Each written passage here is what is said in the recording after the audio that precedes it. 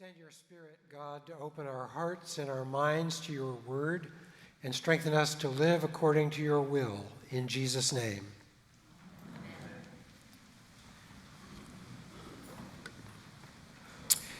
After 7 short months, let me give you an interim progress report on retirement.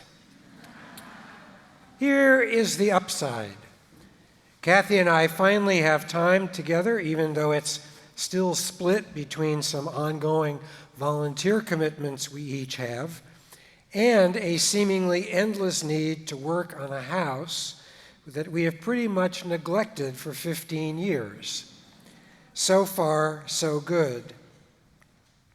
Another upside to retirement is that I now have the time to engage in leisurely cultural pursuits. I have time to binge watch a number of TV shows I previously neglected: Game of Thrones, House of Cards, The Americans, and the greatest of them all, Friday Night Lights. I probably care more than I should about the problems of Coach Taylor and the Dillon Panthers. But hey, rooting for a fictional football team is probably healthier than persisting in caring about office politics. But here, however, is the real downside. I have always been a political junkie, and without a day job to go to, I spend far too much time watching the news on cable television. I have come to think of Joe, Mika, Chris, and Rachel as my actual friends. I am too invested in the daily machinations of our presidential candidates to do myself or anybody else much good. I am so grateful these conventions are over. Talk about dystopia. I couldn't have taken one more day. And then when something violent or tragic or horrible happens, the shootings in Orlando or Dallas or the terrible attack in Nice or any of the traffic stop shootings, when something like that happens, I seem to spend endless hours obsessing about those who have suffered and died. The killing of Father Jacques Hamel in a French parish church last week nearly did me in, as did the dismissal of all charges in the death of Freddie Gray. This summer's events have made me both heart sore and heart sick. This has been a particularly difficult summer, I think, for all of us. Not only have we witnessed a seemingly unprecedented amount of violence both here and abroad, we've also been exposed to a particularly virulent strain of ugly social thought in our public life. And the looming general election campaign promises to be, at best, an unedifying spectacle, and at worst, a WWE smackdown. So where can we go for comfort? And how do we get our bearings? In today's gospel, Jesus tells the story that we have come to call the parable of the rich fool. The tale of a man who, like me, retired when he thought he had it made. The sayings which surround this parable make it sound like a tale about money. But as elsewhere, Jesus here uses money to signify something else. This is a story not about money, but about control. Or check that, this is a story about the illusion of control. A rich man builds a big barn to store all his crops. He discovers that he has so much grain and so many goods that by his calculations, he can now sit back, relax, and binge watch Real Housewives of Nazareth to his heart's content. When he says to his soul, "Soul, you have ample goods laid up for many years.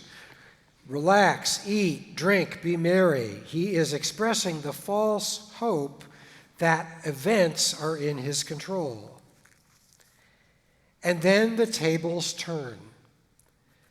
The full barn was not his guarantee of anything. He died and his riches went to someone else. Not exactly a comforting story to a recently retired person, but an apt parable of the fragility of human life. Although the multiple stresses of the modern world can make us think that we are the first people on the planet ever to live with anxiety, consider the situation of those who came out 2,000 years ago to follow Jesus. These people were poor Palestinian Jewish peasants. Their country was occupied by imperial Rome, an empire that impoverished its colonies in two ways. It taxed them mercilessly, and its standing army ate all their food. So the Palestinian Jews of Jesus' day were both broke and hungry. And being broke and hungry can make one anxious. And when we're anxious, we often retreat to a hoarding mentality. The rich man with his barn is a good example. He thinks, hey, I'm going to get enough for myself and I'm going to ride out the storm. As long as I've got mine, the rest of the world can go to hell. Not a beautiful sentiment, but something we say to ourselves all the time. We have bought into a shared illusion of control. We think that our relative affluence will protect us. When people came out to follow Jesus, they were usually poor and starving, and very often they were sick. How did Jesus respond? He responded first by healing them.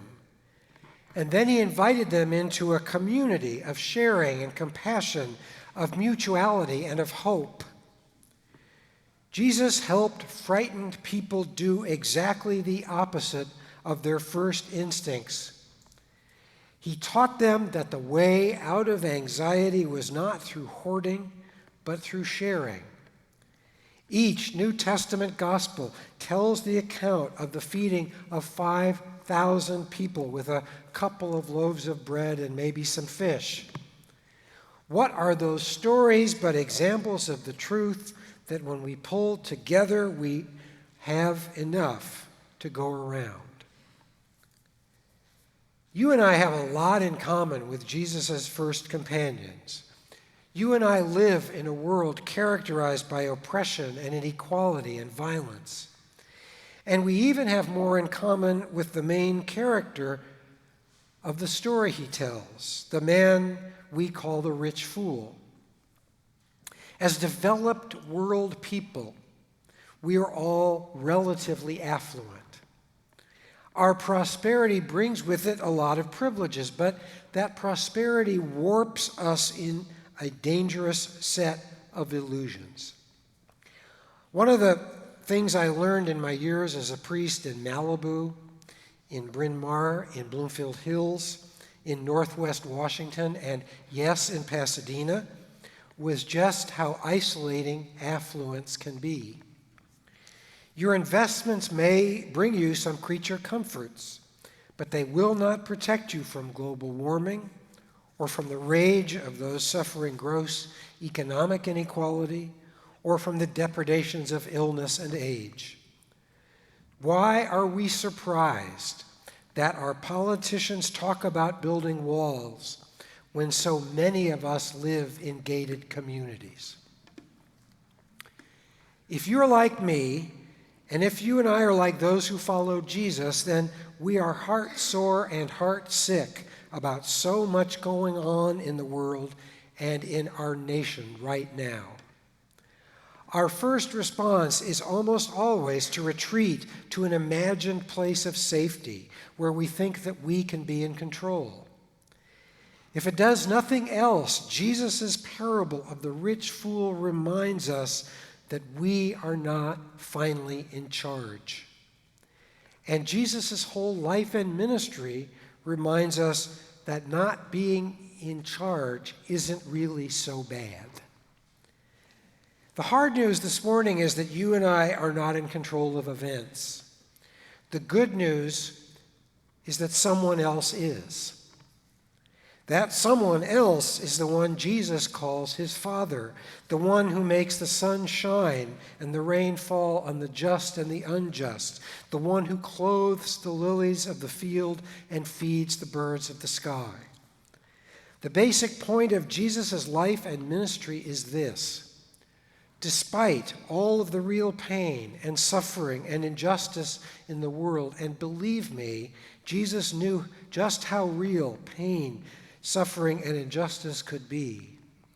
Despite all that, the deeper truth he shows us is this: reality is friendly toward us.